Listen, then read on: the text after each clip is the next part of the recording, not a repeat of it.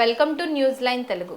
నేను మీ హరిత. తీన్మార్ మల్లన్న అలియాస్ చింతపండు నవీన్ని కాంగ్రెస్ పార్టీ నుంచి తొలగించారు. అది ఎవరికి ప్లస్? దాని వెనకాలే మన కుట్ర దాగి ఉందా? అంతేకాదు ప్రస్తుత రాజకీయాలు ఎటుపోతున్నాయి? ఇదే అంశం మీద మనం మాట్లాడదాం. మనతో పాటు ఉద్యమకారుడు గాదె సార్ ఉన్నారు. మాట్లాడి చాలా విషయాలు తెలుసుకుందాం సార్ తోటి. సార్ చెప్పండి, అంటే ప్రస్తుతం పాలిటిక్స్ హాట్గానే సాగుతున్నాయి. ఒకరోజు బీసీ నినాదం చుట్టూ తిరుగుతున్నట్టే కనిపిస్తున్నాయి, ఇంకోసారి డైవర్షన్ పాలిటిక్స్, ఇంకోసారి చూసుకుంటే డిఫరెంట్గా, అంటే కొత్త నినాదాన్ని ఏదో వెతుక్కోనో లేదంటే ఒక పర్టికులర్గా ఒక పర్సన్కి సంబంధించి తిరుగుతున్నట్టుగా అనిపిస్తున్నాయి. సో ఇట్లాంటి రాజకీయాలు ఎన్నడన్నా చూసిండ్రా గతంలో? అంటే వీటన్నిటికీ మూలం ఏంటంటే రాష్ట్రంలో జరుగుతున్నటువంటి ఆర్థికపరమైన, రాజకీయపరమైన, ఇంకా అనేక రకాలైనటువంటి అంశాలలో ఒక రకమైనటువంటి గ్యాప్ ఏర్పడుతూ ఉన్నది, ఒక అసంతృప్తి ఏర్పడుతూ ఉన్నది. ప్రజలు కానీ, నాయకులు కానీ, కార్యకర్తలు కానీ, అన్ని స్థాయిలలో ఉన్న వాళ్ళు కోరుకున్నది పొందలేకపోతున్నామనో, ఆశించింది పొందలేకపోతున్నామనో, అనుకున్నది జరుగుతలేదనో, ఈ రకమైనటువంటి భావన దాదాపుగా ప్రజల్లో ఎక్కువ కనపడుతున్నది. అయితే మీరు అడిగినట్టు ఈ రకమైనటువంటి ఒక రోజువారీ మార్పు, ఇంతకుముందేమో 6 నెలలకోసారి మార్పు చూసేది, సంవత్సరంకోసారి మార్పు చూసేది. ఏదైనా విషయం జరిగితే ఓ సంవత్సర కాలం దాని చుట్టే తిరిగేది, దాని విషయంలోనే మాట్లాడుకునేది ఉండేది. ఇప్పుడు అన్నీ హాట్ న్యూస్ అయిపోయింది. ఎవ్రీడే ఈజ్ బ్రేకింగ్ న్యూసే. ప్రతిరోజు నిన్న చూస్తే మీనాక్షి నటరాజన్, ఈరోజు చూస్తే చింతపండు నవీను, రేపు ఏంటిది అనేది ఇంకోటి, మళ్ళీ ఎదురు చూడాలి. అట్లా సేమ్ అట్లే ఉంది ఆ పరిస్థితి. ఈ రోజు బ్రేకింగ్ గురించి మనం మాట్లాడదాం. ఈ రోజు బ్రేకింగ్, కాంగ్రెస్ పార్టీ నుంచి తీన్మార్ మల్లన్న అలియాస్ చింతపండు నవీన్ని సస్పెండ్ చేస్తున్నట్టు ప్రకటన.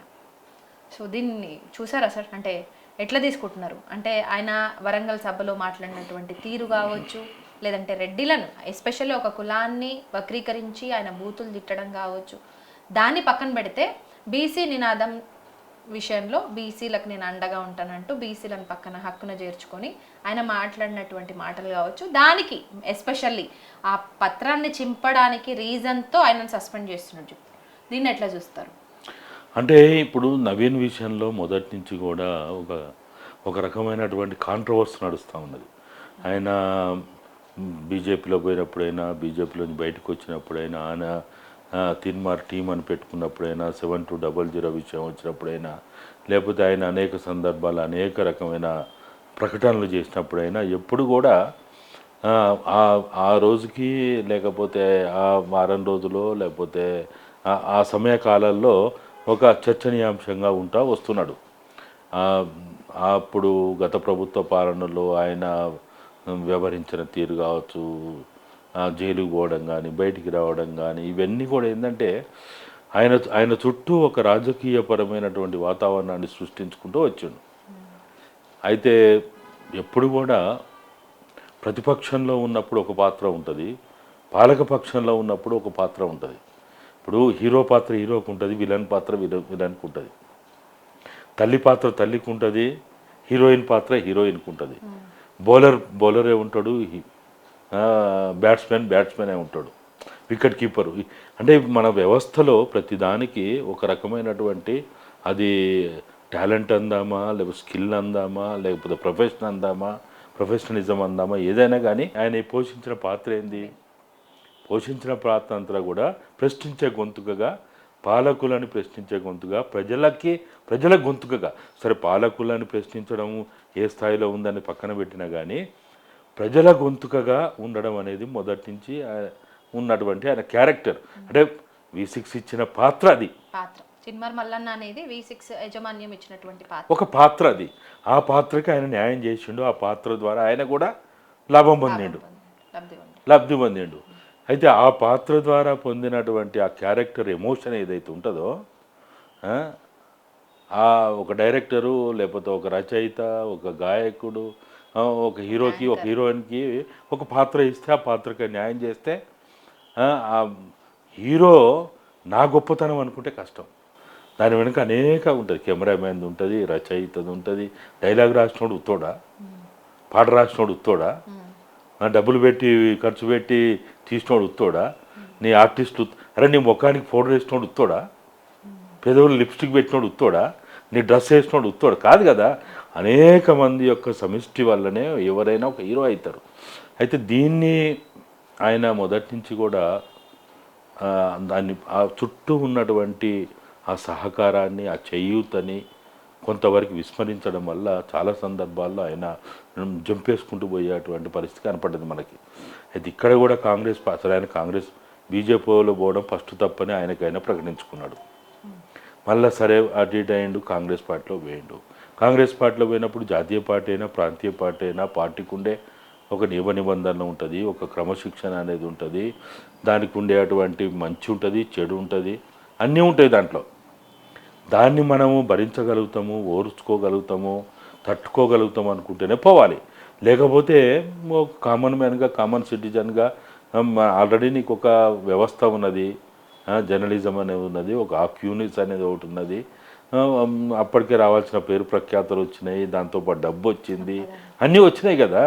అయినప్పుడు దాంతో ఆ విధంగానే ఉంటే అయిపోవు. మాలాంటి వాళ్ళమైతే మేము చాలా చెప్పినాం కూడా. ఇప్పుడు నన్ను కూడా అనేక మంది రమ్మంటారు. ఇప్పుడు మొన్న కూడా ఈ అవార్డు ఇస్తా అని కూడా రమ్మన్నారు. అంటే దేనికి మనం పోవాలా, దేనికి మనం పోవద్దు, ఎక్కడికి మనం పోవాలి, ఎక్కడికి మనం పోవద్దు అనేది ప్రతి వ్యక్తికి కొన్ని విషయాల్లో కొన్ని రకాలైనటువంటి అభిప్రాయాలు పెట్టుకొని ఉండాలి. పోయినప్పుడు ఆ పార్టీలో పోయినప్పుడు ఆ పార్టీలో ఇప్పుడు మీరు ఉన్నారు, మీరు V6లో ఉంటే ఒక పాత్ర పోషిస్తారు, లేకపోతే న్యూస్ లైన్గా వస్తే ఒక పాత్ర పోషిస్తారు, ఇంకో టీవీ ఛానల్ పోతే ఇంకో టీవీ ఛానల్ పాత్ర పోషించాలి. ఎందుకంటే ఆ యాజమాన్యం కావచ్చు, ఆ యాజమాన్యంకి ఉన్న లక్ష్యం కావచ్చు, లేకపోతే వాళ్ళ ఉద్దేశం కావచ్చు, దాని ప్రకారమే ఉంటుంది. ఇప్పుడు మనం ఏసీ బస్సు ఎక్కి నాకు ఏసీ వద్దంటే నా ఒక్కని కోసం బంద్ చేస్తారా? నేను ఎక్కింది ఏసీ బస్సు, ఏసీ బస్సు ఎక్కి నాకు ఏసీ వద్దు, ఏసీ బంద్ చేయాలంటే నా ఒక్క అరే ఆడ 32 మంది ఉంటారు, లేకపోతే 40 మంది ఉంటారు, 40 మంది కోసం ఏసీ ఎత్తారు. కానీ నాకు కావాలంటే అక్కడ ఏమన్నా నీ దగ్గర ఏమన్నా బంద్ చేసుకునే అవకాశం ఉంటే బంద్ చేసుకో. అంతేగాని మొత్తం అందరికి ఉపయోగపడే, అందరి అవసరం తీర్చే ఏసీని బంద్ చేయమంటే ఎట్లా బంద్ చేస్తారు? అందుకనే మనం ఎక్కేటప్పుడే నాకు ఏసీ పడదు అనుకుంటే మామూలు బస్సు ఎక్కాలి. ఆయన ఎక్కిండు, కాంగ్రెస్ పార్టీ బస్సు ఎక్కిండు, లేకపోతే కాంగ్రెస్ పార్టీలో చేరినావు, నువ్వు అక్కడ వాళ్ళు ఇచ్చిన ఎమ్మెల్సీ అవకాశం తీసుకున్నావు, ప్రచారం చేయించుకున్నావు, వాళ్ళ నాయకులు ఇల్లు తిరిగినావు, అదే రెడ్ల ఇల్లు తిరిగినావు, వాళ్ళ కాలు మొక్కినావు, వాళ్ళ సహకారం తీసుకున్నావు, ఎన్నెన్నో చేసినావు, అన్నీ అయిపోయినాయి. సరే గెలిచినావు, నీ సొంత గెలిచినవా లేకపోతే వాళ్ళ సహకారంతో గెలిచినావు. గెలిచిన తర్వాత చేయాల్సిన పని ఏంది? ఒక గ్రాడ్యుయేట్ ఎమ్మెల్సీ గ్రాడ్యుయేట్స్ కోసం పనిచేయాలి. ఈ మనం గెలిచిన కాంచి ఇంకా గెలవకముందనే చేసిండు. గెలిచిన తర్వాత వాళ్ళు మరి మనం చూసినాం, గ్రూప్స్ వాళ్ళు ధర్నాలు చేసినా, రాస్తారోకోలు చేసినా, వాళ్ళు అనేక రకాల కార్యక్రమాలు తీసుకుంటే ఎక్కడ పడ్డారు వీళ్ళు. అయినా ఇప్పుడు పట్టభద్రుల కోసము సహాయ సహకారాలు అందించడం పోయి, వాళ్ళ తరపున నిల్చోవడం పోయేసి, సో వాళ్ళు తిరుమల మల్లన్న ఎక్కడన్నా కనిపిస్తే అడ్డుకునే పరిస్థితిని తీసుకొచ్చుకున్నాడు. ఎందుకు ఉండొచ్చు? అంతే. ఇప్పుడు నువ్వు ఒక పార్టీలోకి పోయిన తర్వాత నీ పార్టీ ఒక స్టాండ్ తీసుకున్నది, దాని స్టాండ్ మీద నిలబడ్డావు, కథం అయిపోయాయిగా. నువ్వు నా పార్టీ స్టాండ్ తీసుకున్నది, నా గొంతుని ఇప్పుడు నాకు నేనే మొత్తం నిషేధించుకున్నా, మాట్లాడతలేను, నా కళ్ళకు గంతలు కట్టుకున్నా, శివలో సీసం పోసుకున్నా, మూతికి ఏదో వెనుకటి అంటారు కదా శూద్రులకు కట్టినట్టు సిక్కం కట్టిందంటే అయిపోతుంది. నేను పార్టీలో ఉన్న పార్టీ నిబంధన ప్రకారం ఉంటా అంటే నిన్ను ఎవడో అడగడు. కానీ లోపల ఒకటి బయట ఒకటి మాట్లాడుతూ ఉంటే, లేకపోతే పొద్దుగాల టీవీ ముందు ఒకటి, బయటికి వచ్చిన తర్వాత ఒకటి మాట్లాడుతుంటే కన్ఫ్యూజన్. ఎప్పుడు కూడా మనం ప్రజల్ని కన్ఫ్యూజ్ చేయొద్దు. ప్రజల్ని కన్ఫ్యూజ్ చేస్తే ప్రజలేం ఊకోరు, పిచ్చోళ్ళు కాదు, ప్రజలేం అమాయకులు కాదు, తెలివిలేని వాళ్ళు కాదు. వాళ్ళు మనల్ని కన్ఫ్యూజ్ చేస్తారు, మనల్ని ఎక్కడ దొక్కాలో అక్కడ దొక్కుతారు. అందుకనే ఇప్పుడు ఆయన కాంగ్రెస్ పార్టీలో ఒకప్పుడు ఫస్ట్ బీజేపీలో పోవడం తప్పు, తర్వాత కాంగ్రెస్ పార్టీలో పోవడం నువ్వు రెండో తప్పు చేసినావు అని అనుకుంటే, పోయిన తర్వాత ఇక దాంట్లో పడి సావాలి అంతే. ఇక బయలు దొక్కిన తర్వాత నువ్వు ఇంతకుముందు నువ్వు ఒక చెరువులో ఉన్నా అనుకున్నావు. చెరువులో ఉంటే విశాలంగా ఉంటుంది, ఆ నుంచి వచ్చి ఎక్కడ బయలు దూకినావు, బయలు దూకితే ఇక ఆ పరిధిలోనే ఉండాలా. నేను మళ్ళా అది చేస్తా ఇది చేస్తా అంటే ఎందుకు చేయిస్తారు వాళ్ళు? అది పార్టీ, అది ఆ పార్టీలో ఉండే ఇప్పుడు ఆ పార్టీ నుంచి సస్పెండ్ చేసిరు కదా సార్, అంటే ఈ సస్పెండ్ చేయడం ఎవరికి ప్లస్ అంటారు, లేదంటే ఎవరికి మైనస్ అంటారు? ఎస్పెషల్లీ ఈ తీన్మార్ మల్లన్న వెనకాల సీఎం రేవంత్ రెడ్డి కుట్ర దాగి ఉంది. ఆయన ఈ ప్రతి అడుగు, ఆయన ఏ సన్నివేశాన్ని, ఏ పాత్రను పోషించినా కూడా దాని వెనకాల సీఎం రేవంత్ రెడ్డి కుట్ర దాగి ఉంది అన్న ఆరోపణలు అయితే చాలా గుప్పమంటున్నాయి. సో మీరేమంటారు సార్? నేనైతే అదంతా వాస్తవం అనుకోండి. ఎందుకంటే ఆయన రేవంత్ రెడ్డికి ప్రాణమిత్రులు ఉన్నారు, చాలా గొప్ప మిత్రులు ఉన్నారు. రేవంత్ రెడ్డి పలానా ఆయన వెనుకున్నాడు, పలానా ఆయన ముందున్నాడు అనేది అయితే రేవంత్ రెడ్డి విషయంలో ఎప్పుడు నేనైతే అనుకోను. రేవంత్ రెడ్డి ప్రతి సందర్భంలో ఆయన ఒకటే అనుకుంటాడు, నాకు ఉపయోగపడ్డాను నేను ఉపయోగించుకుంటా, నాకు ఇష్టం ఉన్నా లేకున్నా. నాకు ఉపయోగపడలేదు అనుకో, నాకు ఇష్టమైనా నేను కలవా, నేను దూరం పెడతా అనే స్వభావంలో ఉంటాడు. అటువంటి రేవంత్ రెడ్డి తిరిగి మన నవీన్ని దగ్గర తీస్తాడనో, నవీన్ని వెనకేసుకుంటాడనో, నవీన్ ద్వారా ఏదో సాధిస్తాడనో అయితే అనుకోరు. ఆయన నాకు తెలిసినంత వరకు అయితే నవీన్ని బాగా సపోర్ట్ చేసిందైనా, ఎంకరేజ్ చేసిందైనా, లేకపోతే కాంగ్రెస్ పార్టీ ఢిల్లీ వాళ్ళకి సమాచారం ఇచ్చి ఉపయోగపడతారు చెప్పిందంతా కూడా సునీల్ కనుగోలు. నాకున్న సమాచారం ప్రకారము సునీల్ కనుగోలే ఎక్కువ సమయము, ఎక్కువ కాలము ఈయనను భరించిండు. ఎందుకు ఉండొచ్చు అంటే దాని వెనకాల ఇంకేమన్నా కుట్ర దాగి ఉందా? సునీల్ కనుగోలు ఆ రోజుల్లో ఆయన ఒక స్ట్రాటజిస్ట్గా ఇక్కడ ఉండడం, నవీన్ కాంగ్రెస్ పార్టీ ప్రభుత్వం రావడానికి ఆయన ఉపయోగపడతాడని ఆయన భావించడము, లేకపోతే ఆయన ఫాలోవర్స్ కావచ్చు, ఆయన వాయిస్ కావచ్చు, లేకపోతే ఆయన పాత్ర ఉపయోగపడుతుంది అనుకోని కావచ్చు. అంటే సునీల్ కనుగోలు ఒక strategist, is not a politician. కాబట్టి ఏమంటుంది, ప్రతి ఒక్కడు మనకు ఉపయోగమే. చిన్నోడైనా పెద్దోడైనా, డబ్బులున్నోడైనా డబ్బులు లేనోడైనా, ఏ స్థాయిలో ఉన్నోడైనా ఉపయోగపడతాడు అనేది బయట నుంచి ఉన్న వాళ్ళకి ఉంటుంది. కాబట్టి ఈవెన్ అబ్జర్వర్స్ కూడా బయట నుంచి వచ్చిన వాళ్ళకి అదే ఉంటుంది.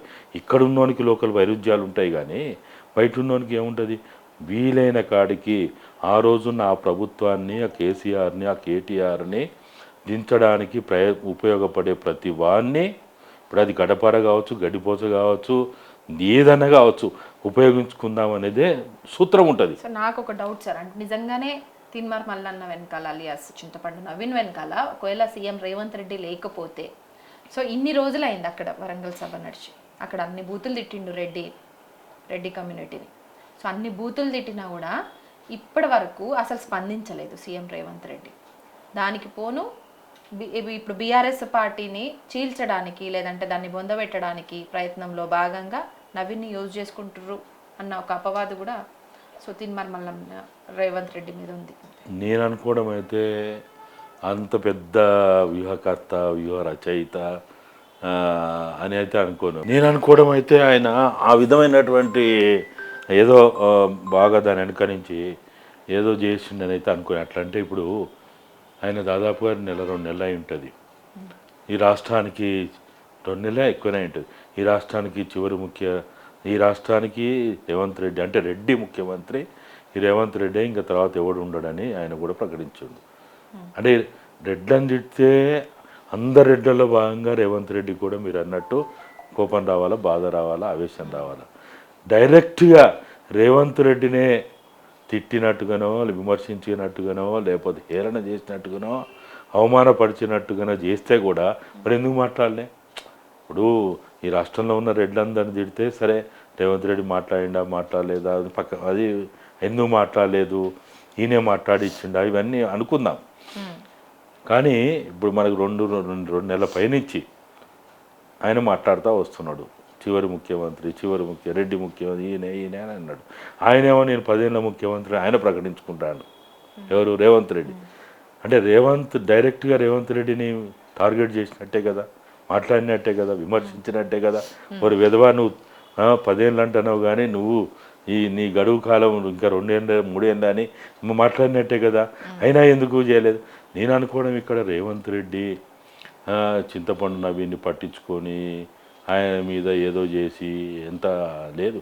ఆయన ఏముండదు, ఆయనకి ఏముంటుంది ఆడ, ఇంకొక 6 నెలల్లో సంవత్సరం అయితే ఈయన కాలం గడిచిపోతుంది, ఈయన మళ్ళీ గెలిచేది లేదు పెట్టేది లేదు. ఒకవేళ కాంగ్రెస్ పార్టీ ఢిల్లీ వాళ్ళు ఏమన్నా చెప్పి టికెట్ ఇచ్చినా ఈయన గెలిచేది లేదు, ఈయన కాలం ముగిసిపోతుంది అనే ఆలోచనలో ఉంటాడు.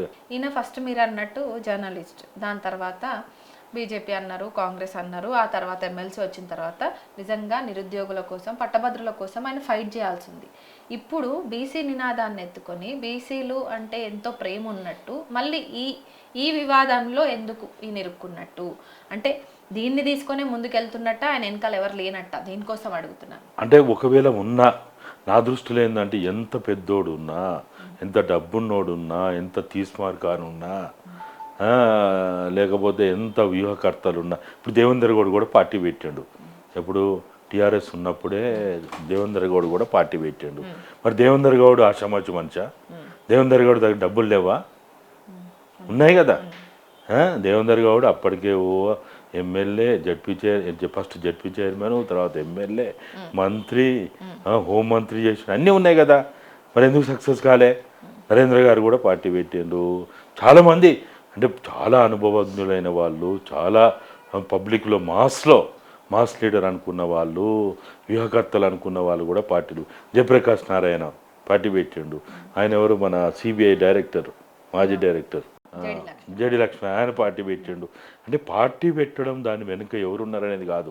నీ పార్టీ ఇప్పుడు పెడతాడు, చింతపండు నవీనే పార్టీ పెడతాడు. పార్టీ పెట్టిన తర్వాత ఆ పార్టీ లక్ష్యం ఏంది, పార్టీ ఆశయం ఏంది, పార్టీకి ఉన్న సెంటిమెంట్ ఏంటి? ఇప్పుడు తెలంగాణకి కేసీఆర్ ఎవరమ్మా? అప్పుడు చాలా చిన్నోడు, ఎవరికి తెలుసు కేసీఆర్? ఆ డబ్బులు ఉన్నాయి కేసీఆర్ వెనుక. కేసీఆర్ దగ్గర డబ్బులు ఎక్కడిది? అప్పులో వస్తే మేమిద్దరము మా ఇద్దరిని చంపుతా అంటే కూడా భయపడి మేము తలదాచుకున్న రోజులు ఉన్నాయి. మేము ఇప్పుడు అక్కడ ఉంటాయి కదా తెలంగాణ భవన్లో ఉన్న చైతన్య రథాన్ని నేను ఆ పంజగుట్టలో నేను ప్రయాణిస్తున్నప్పుడే ఫైనాన్సర్లు వచ్చి సీజ్ చేసి తీసుకుపోయిండ్రు. డబ్బులు ఎక్కడి? డబ్బులు ముఖ్యం కాదు, కానీ ఆ వాదం ఏంటిది, ఆ సెంటిమెంట్ ఏంటిది?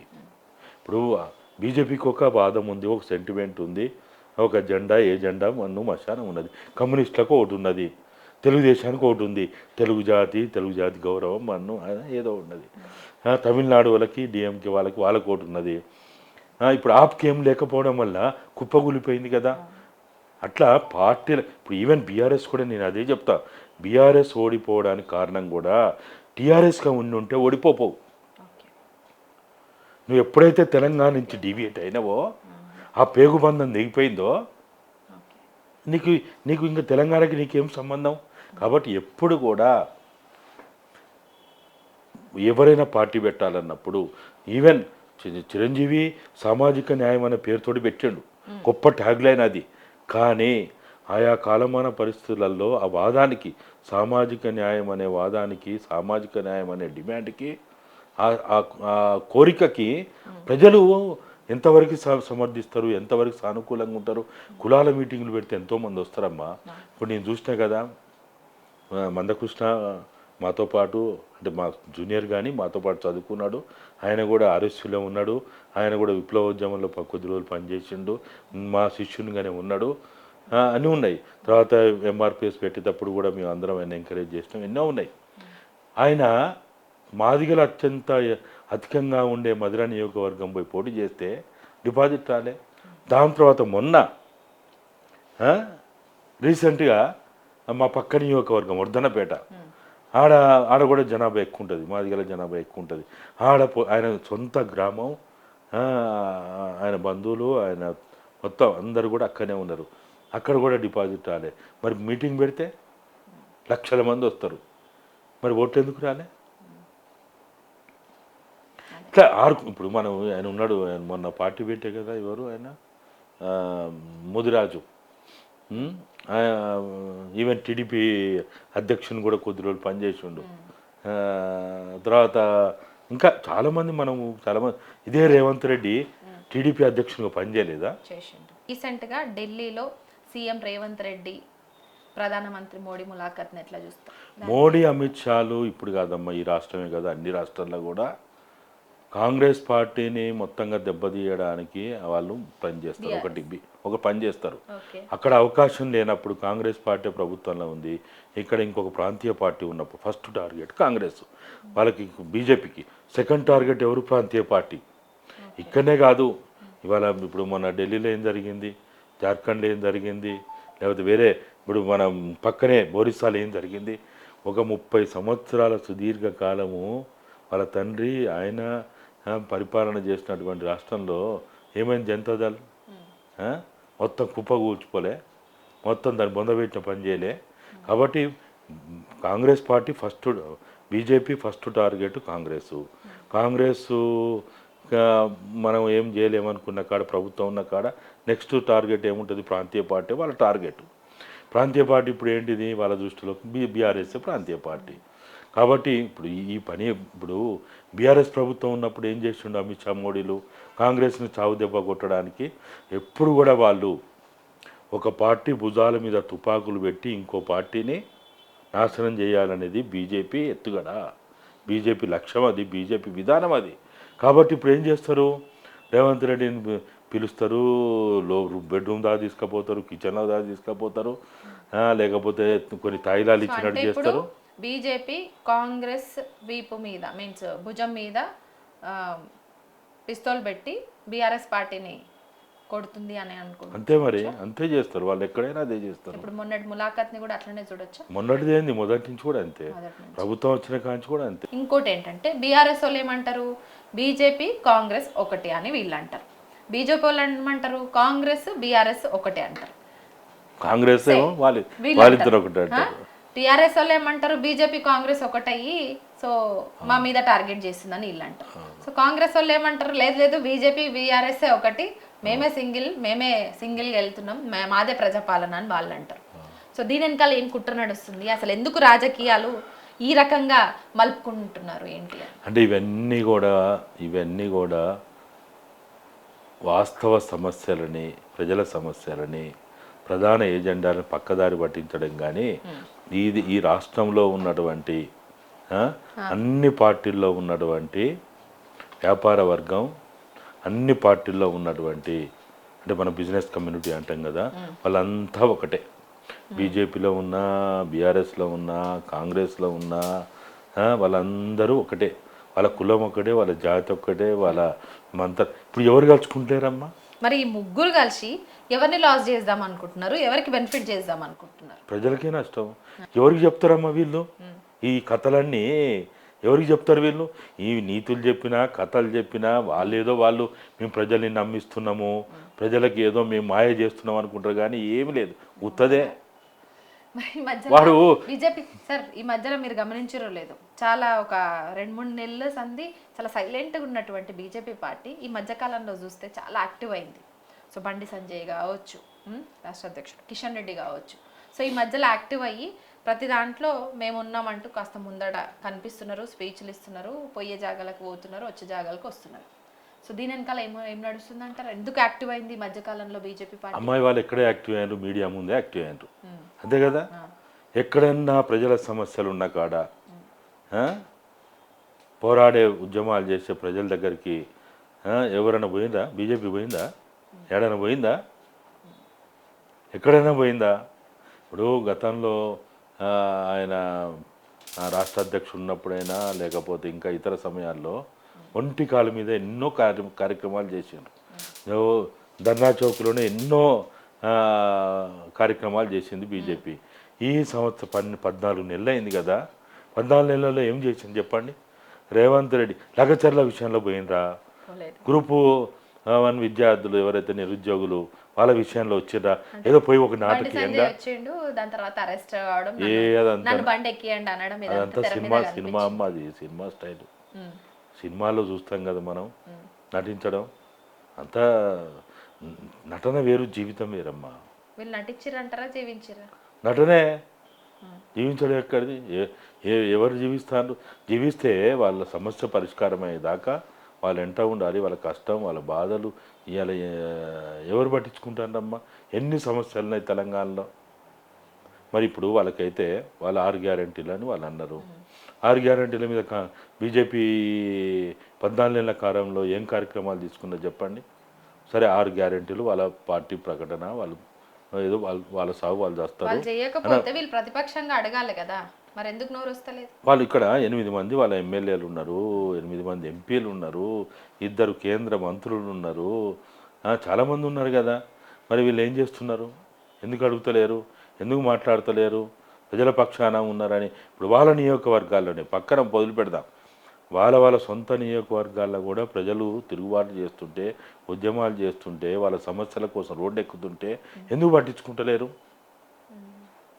పట్టించుకోవాలి కదా. ఇప్పుడు వాళ్ళే చెప్పిండ్రు కదా, కాళేశ్వరం ఏటీఎం అన్నారు. మరి ఆడబోయే ఏటీఎం ఎక్కడ పోయింది? గోదావరి గడిచిపోయిందా? కృష్ణాలో గడిచిపోయిందా? లేకపోతే ఎవరి జేబులో పోయింది? ఎవరి ఖజానాలో పోయింది? చెప్పాలి కదా. ఎందుకు పట్టించుకుంటలేవు నువ్వు? ఇట్లా అనేక, మనమేమో వేరే విషయాలు మాట్లాడతలేము. మీరు ఏవైతే మాట్లాడిందో గత ప్రభుత్వం మీద, ఈ గత ప్రభుత్వం మీద మాట్లాడిన విషయాలు కావచ్చు, ఈ ప్రభుత్వం ఇచ్చిన హామీలు, ఎవరైనా కానీ ఆ ప్రభుత్వం యొక్క ఏజెండాని మీదని మనం మాట్లాడాల. మనమేమో చంద్రమండలాన్ని తీసుకొచ్చి ఇక్కడ పెట్టమంటలేము. ఈ ప్రభుత్వం ఏదైతే ఒక 2-2.5 సంవత్సరాల కాలంలో గ్యారంటీల రూపంలో కావచ్చు, డిక్లరేషన్ల రూపంలో కావచ్చు చెప్పినటువంటి అంశాలున్నాయో, మహిళలకు స్కూటీలు ఇస్తానే, ట్యాబులు ఇస్తానే, అదేంది ₹1,00,000 పాటు తులం బంగారం ఇస్తా అని చెప్పే పెద్ద పెద్ద పక్కన పెడదాం. చిన్నవి కదా ఇవి. ఒక ఫ్రీ బస్ తప్ప ఈ 6 గ్యారెంటీల్లో ఏమైనా అమలు అవుతున్నట్టుగా అనిపిస్తున్నాయి సార్? ఉద్యమకారులకి వాళ్ళ నివాస ప్రాంతాల్లో సన్మానాలుగా 200 గజాల భూమి ఇస్తా అని చెప్పే ఇవన్నీ సమస్యలే కదా, హామీలే కదా, ప్రజలకు ఉపయోగపడేదే కదా. మరి అసెంబ్లీ పరంగా కానీ బయట కానీ ఎందుకు మాట్లాడతలేరు? అదే సరే, ఈ మధ్యలో సీఎం రేవంత్ రెడ్డి కిషన్ రెడ్డి టార్గెట్గా చాలా విషయాలు మాట్లాడుతున్నారు బయట. మీరు చెప్పండి, నిజంగా సీఎం రేవంత్ రెడ్డి ఈ మధ్యకాలంలో కిషన్ రెడ్డిని ఎందుకు టార్గెట్ చేసినట్టు మీరేమనుకుంటున్నారు? ఇదంతా ఉత్త బూటకం అమ్మ, నాటకం. ఇది ఏం లేదు. ఈయన మాట్లాడగానే ఆయన మాట్లాడతాడు. మీడియాకి ఏముంటుంది? ఇప్పుడు నేను, మీరో, ఇంకెవరో మాట్లాడితే అసలు పేపర్లో ఒక మూలకు కూడా రాదు. కానీ వాళ్ళు మాట్లాడితే రేవంత్ రెడ్డి కిషన్ రెడ్డిని అన్న, కిషన్ రెడ్డి రేవంత్ రెడ్డి అన్న హెడ్లైన్స్లో ఉంటుంది, ఫ్రంట్ పేజీలో వస్తుంది. ఇక దాన్ని మొత్తం పొద్దుగాల ఈ యూట్యూబ్ ఛానల్ అన్నీ దాన్ని చదవాలా, విశ్లేషణ చేయాలా.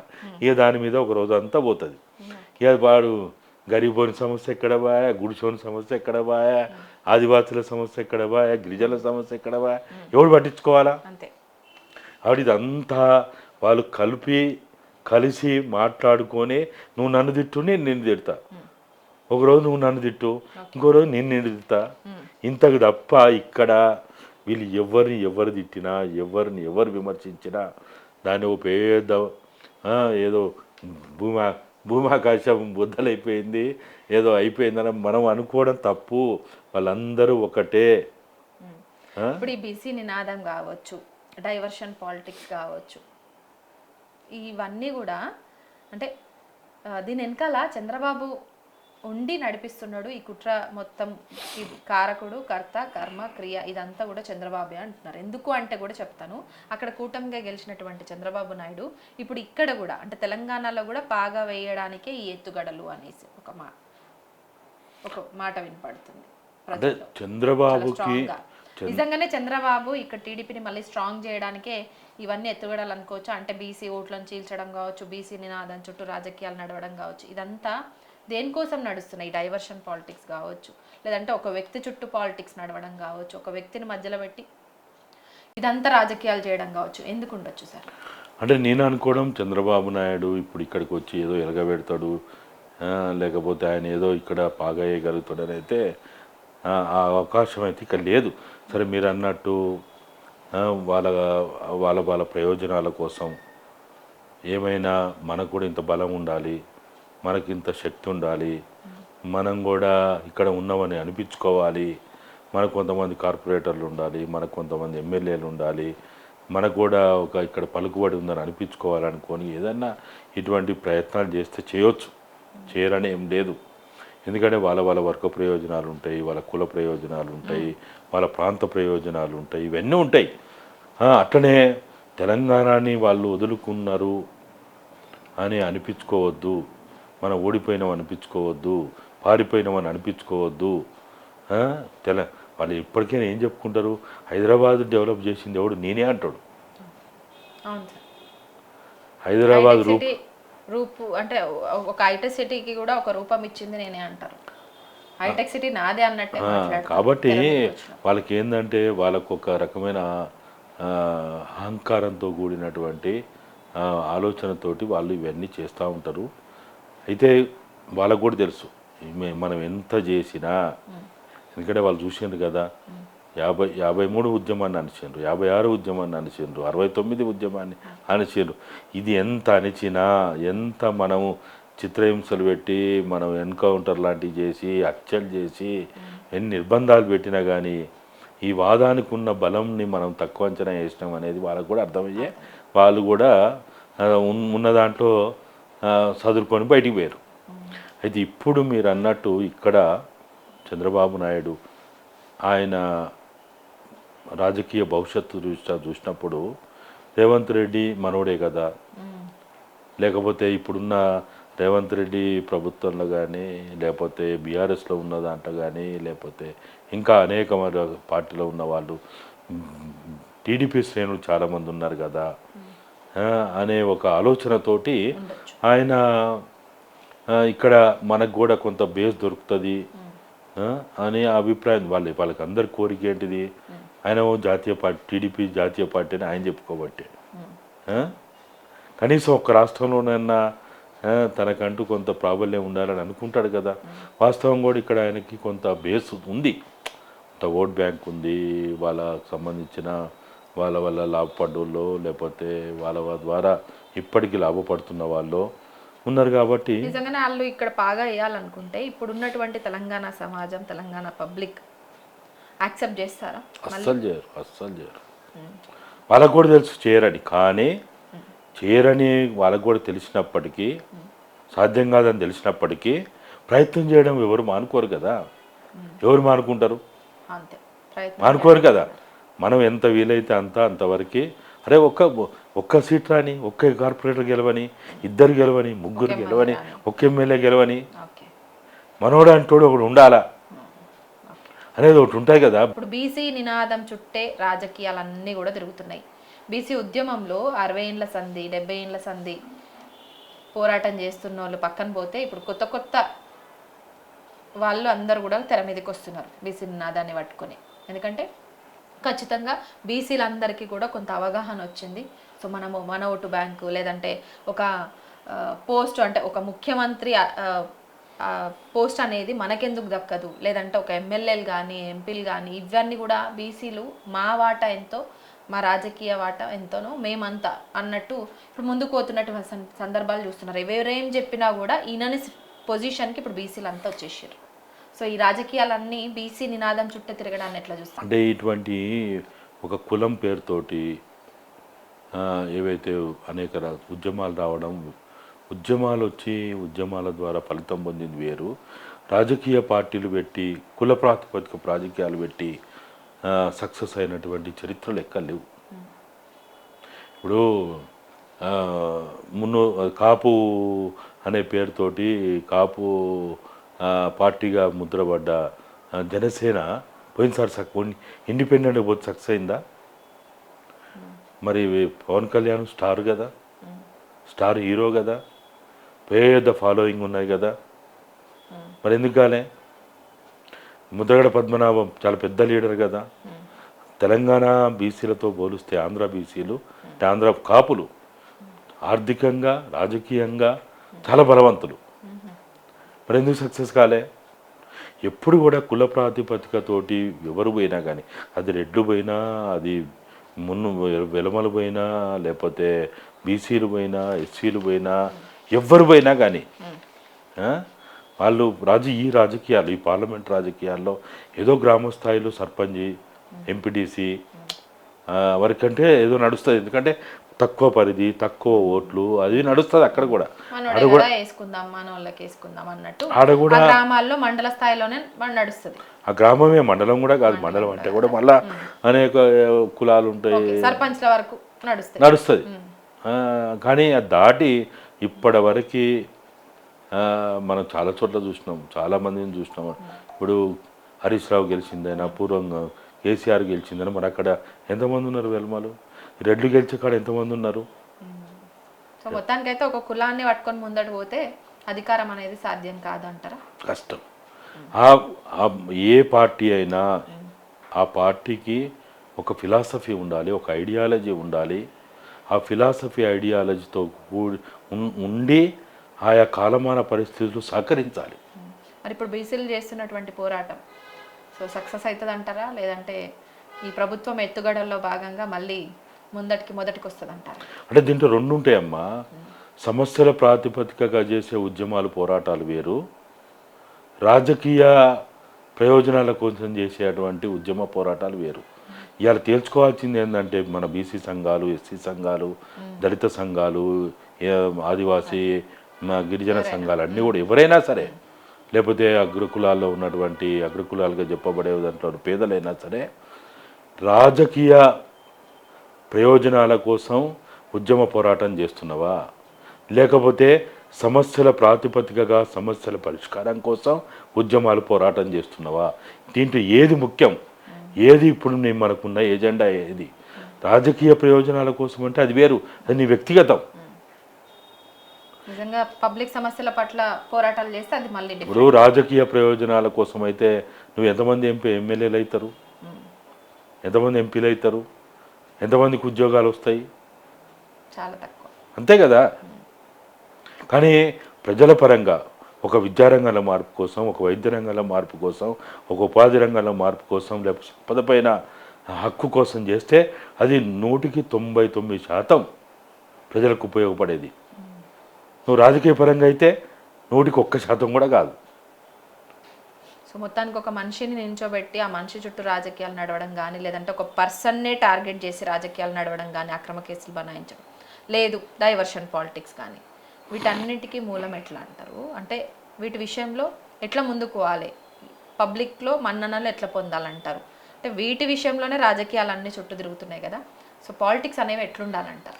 పాలిటిక్స్ ఎప్పుడు కూడా పాజిటివ్గా ఉండాలి, ప్రజల ఏజెండాగా ఉండాలి, పాజిటివ్గా ఉండాలి. నేను విమర్శిస్తేనే నేను లీడర్ని అయిపోతా, మైకుల ముందుకు వచ్చి బూతులు తిట్టేస్తేనే నేను లీడర్ని అయిపోతా అనేది అబద్ధము, వాస్తవం కాదు. లీడర్ కాడు. ఏదో కొంతమంది ఫాలోవర్స్ తయారవుతారు, ఏదో మన చుట్టూ కొంతమంది ఫాలోవర్స్ తయారవుతారు. కానీ ఒక ప్రజల సమస్యతోటి ముడిపడి ఉన్నటువంటి ఏజెండాలను పట్టుకొని ఇంకా ముందుకు పోతే మెజారిటీ ప్రజల ప్రయోజనాల కోసం కనుక, ఇప్పుడు తెలంగాణ ఎందుకు వచ్చిందమ్మా? ఉత్తానం వచ్చిందా?